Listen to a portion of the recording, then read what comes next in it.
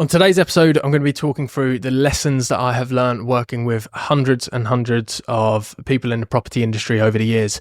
And I want to be able to give you these lessons so you don't make the same mistakes as some of my clients and some of the most common issues and mistakes that I see when focusing on your health and fitness journey. So a bit of background, over the years, I have worked with hundreds and hundreds of property investors, property developers, property educators, mentors, basically anyone in the industry. And there is a very common theme of someone that is coming to me with, a very common theme with their roadblocks and their struggles each and every time. And I want to give you a clear picture of the lessons that you can take from it to help yourself going forwards with your health and fitness journey. So here are 5 quick lessons that are going to help you crush your fitness journey this time round, regardless of what is going on in your life, regardless of how busy you are, regardless of how much you want to focus on business. This will still help you. Okay.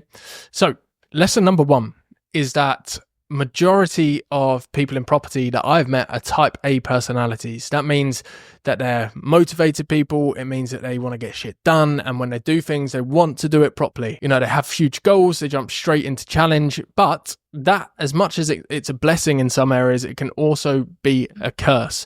Let me explain why. A lot of property investors, when they come to me, they want everything now. They want really quick results. And they don't want to ultimately wait around. They don't want to have to focus on the next 12, 18 months, 2 years, so on and so forth. They want a quick result within the next couple of months. And I completely get it.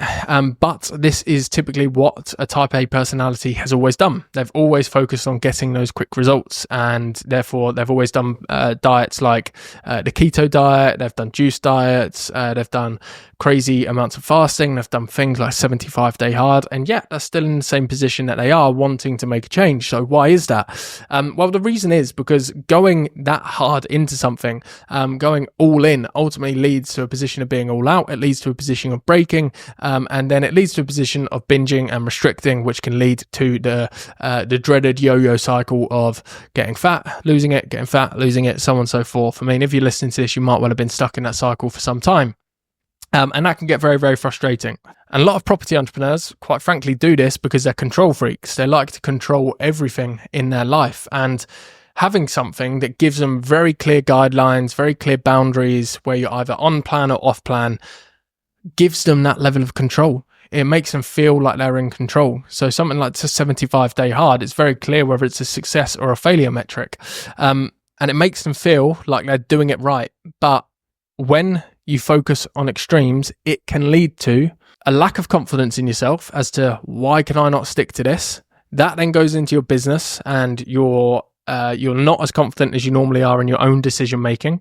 It can lead to burnout, low energy, high fatigue, and that obviously has a detrimental effect on your business. It can cause guilt and shame when you inevitably fall off the wagon, which you are going to do at some point. And it can actually encourage procrastination because you think, oh, well, if I haven't got the full hour to get a workout in, what's the point in doing it at all? Because you're in that all or nothing mindset. I do also have a full podcast on the all or nothing mindset and how to break that cycle and ultimately make sure that you have the perfect balance in your life when it comes to that. So go listen to that podcast a few episodes ago as well. Lesson number 2 is that property entrepreneurs are some of the busiest people that I've ever met.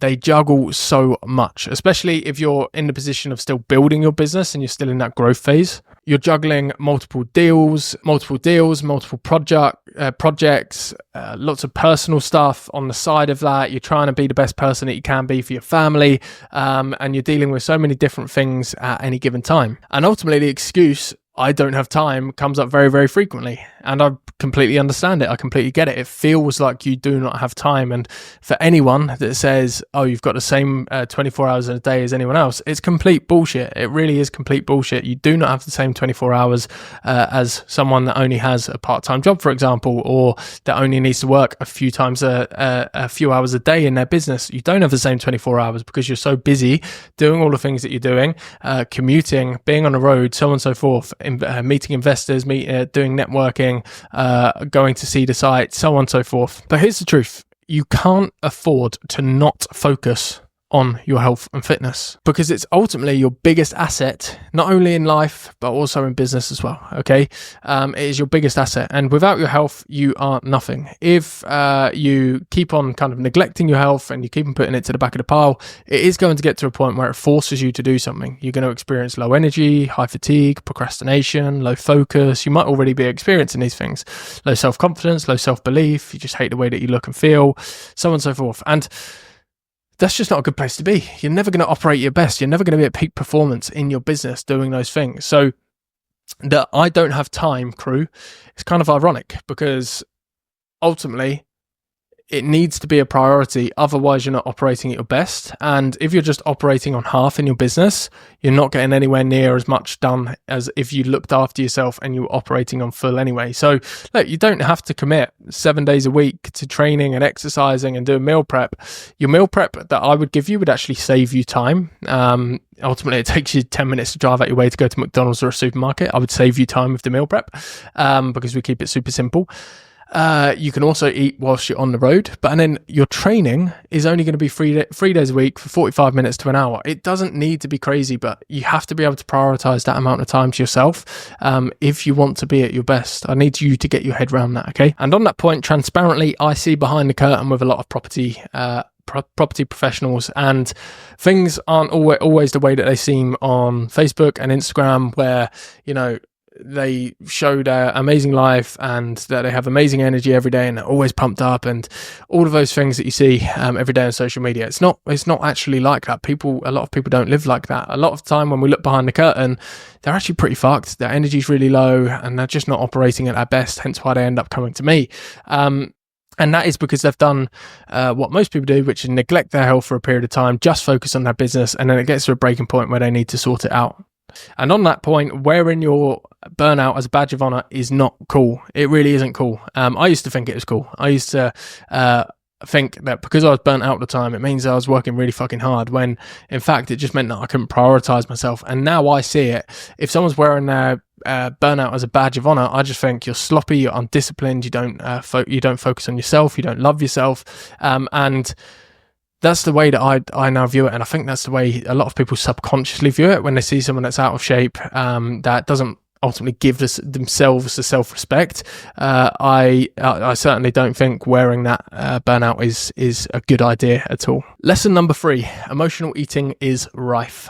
So emotional eating typically sneaks in because you are so busy. You have to wear 101 different hats. You know, you're networking one day, you're doing site visits one day, you're speaking to contractors the next day.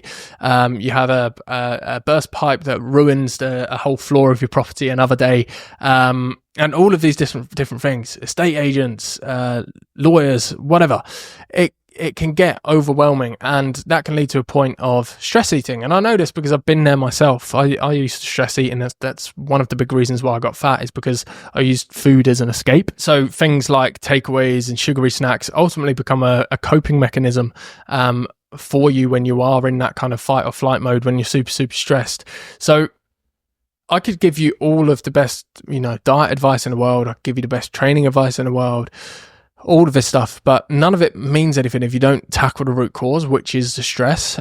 So stress management is a key metric for people in the property industry. Straight away, like that's one of the first things that we focus on with our clients is stress management a lot of the time, because their stress is ultimately way too high, that everything that we give them, everything that they want to focus on outside of their business feels very overwhelming, and it just leads to more stress, and then that can lead to that horrible cycle of emotional eating. So on that, I wanted to give you some simple tips that I implement in my own life, but we also implement with our clients. And the first one is, and I really want you to get your head around this, not everything has to be based around personal development. I know it's absolutely crazy, isn't it? But your life doesn't have to be based solely around personal development and bettering yourself. It's fantastic, again, as a type A personality, that you want to better yourself. It's fantastic that you want to improve yourself, that you want to personally develop. But there comes a point where it just becomes, what's the best way to put this? It just becomes masturbation of the mind, right? And you read so many books, none of it even sticks. You listen to so many podcasts, none of it even sticks. You might even be doing it now, listening to my podcast, right? And I kind of figured this out a year or so ago, where I was like, I'm reading so many books and listening to so many podcasts, and actually it's just adding stress to my life. And I thought, right, I'm going to replace some of that time that I'm spending on that with hobbies that are outside of personal development, outside of business, outside of fitness. And so I started reading books that weren't based on personal development. I've read 3 novels this month so far, for example, and I thoroughly enjoyed them before I go to bed to switch my brain off. I play golf now. And I used to do these things. So I used to read all of these books, the personal development ones that I have here. And I used to, when I started playing golf, I played golf, but I also used it as networking. I went into it with the pretense of I'm going to try and get a client here today on a course, so on and so forth. And when I've stopped viewing these things, reading and golf, and I've actually just taken them up as hobbies, it's really cleared my mind. It's given me the opportunity to clear my stress on a day-to-day basis, and I operate from a completely different level. It really gives me the opportunity to recharge my batteries. So remember, downtime is uptime. Next is journaling. Journaling is a super easy, useful technique that anyone can do. And the most simple form of journaling, if you are very stressed, is going to be a brain dump. This is something that I commonly do before bed. If I can't sleep, I'll get a piece of paper, I'll get a pen, and I'll write down literally everything that's on my mind. And that is maybe big issues, and maybe an invoice that has not been paid or it has been missed that we need to make sure that it's paid, or maybe it's something to do with my training, maybe it's something to do with the cats. I don't know. Write literally everything down that is on your mind until you can't think of anything to write down anymore. Look, with that bit of paper, you can throw it straight in the trash, you can burn it, do whatever you want with it, but it just gets it out of your mind onto paper, and it's a super easy technique to de-stress your mind. Next is actually focus on improving your capacity for stress. I did a podcast a little while ago on how to manage stress and allostatic load, and that'll explain it in great detail. But improving your capacity of stress, make sure that you're your best version of yourself. You're focusing on your nutrition, your diet, your training, your sleep, all of these things, your habits, and all of that good stuff. And that is ultimately going to improve your capacity with stress so you can deal with more. Next is actually being careful with what you say yes to. I want you to become someone that says no more often. I see far too many entrepreneurs say yes to absolutely everything that they're handed. Yes to that networking event. Yes to that business opportunity, when actually it's doing detriment to you because it's taking away so much time and energy.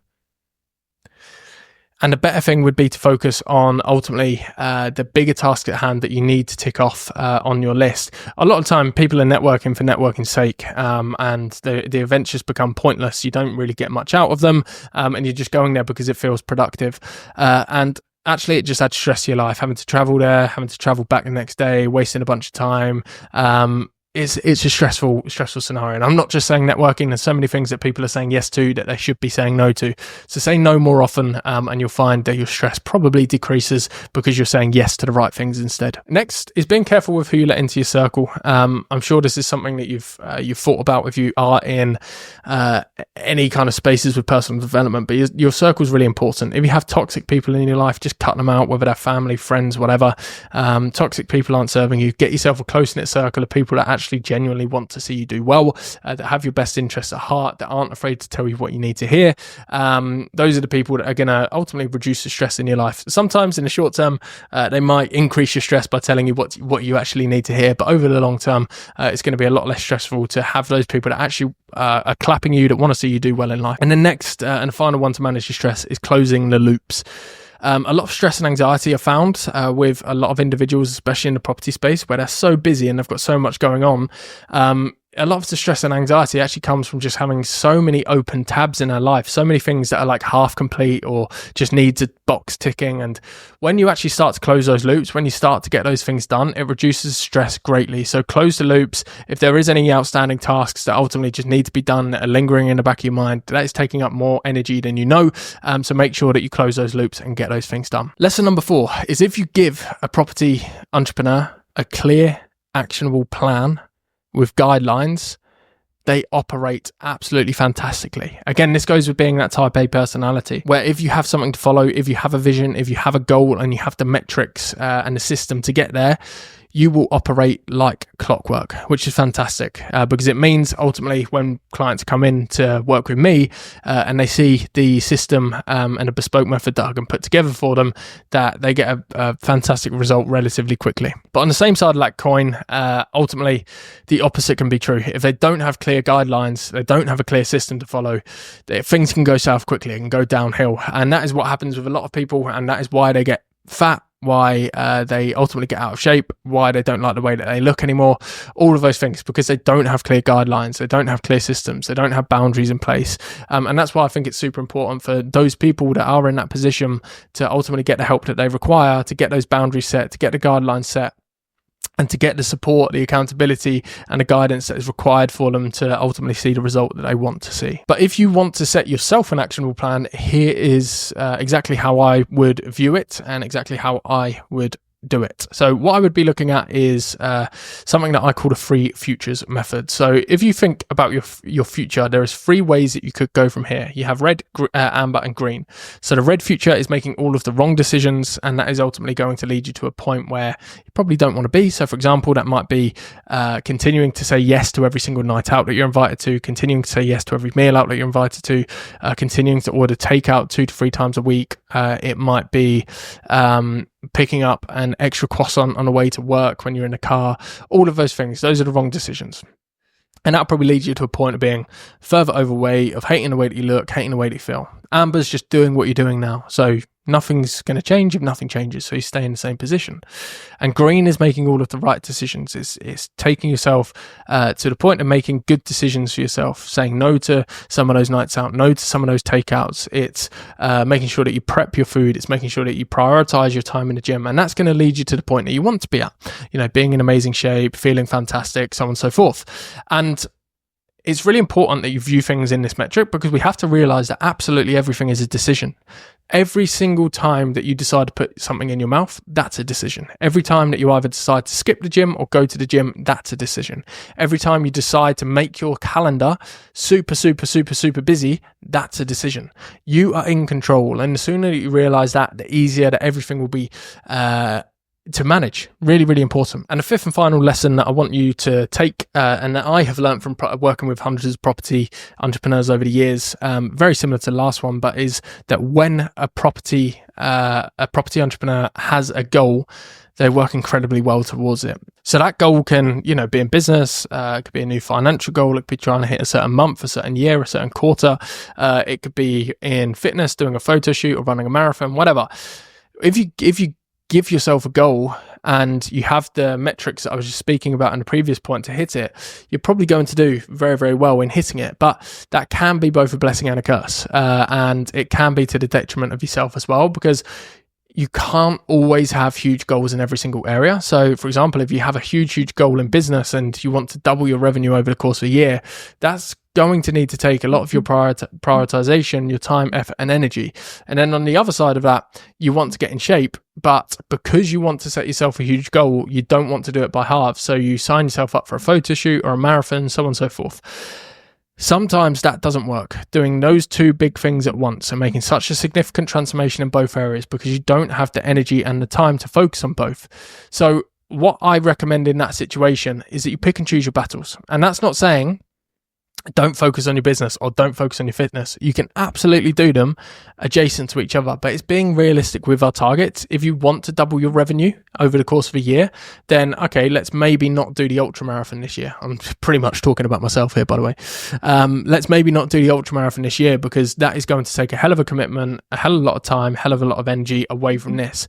Instead, let's focus on perhaps being the best business owner that we can be and using our health, our fitness, our habits, our lifestyle to support that. So that's where a lot of my clients sit, is they have such big goals with their business, and we look at their health and their body and their fitness to ultimately support those areas in their business so it doesn't go against it. So that age-old excuse of, oh, I'm just focusing on my business right now, I'll do it when I can, is complete bullshit, because ultimately by doing this, by focusing on your health and fitness first, by becoming a peak performance machine, you are focusing on your business. And by avoiding it, you're actually doing the opposite. It's there's a certain irony to it. So that's my advice is, yes, a big goal is important, but ultimately you have to learn how to operate when there isn't a big goal in sight as well. So guys, again, thank you for listening to this episode. And as always, if there's anything that I can help with, feel free to reach out on my Instagram and let's have a quick chat in the DMs.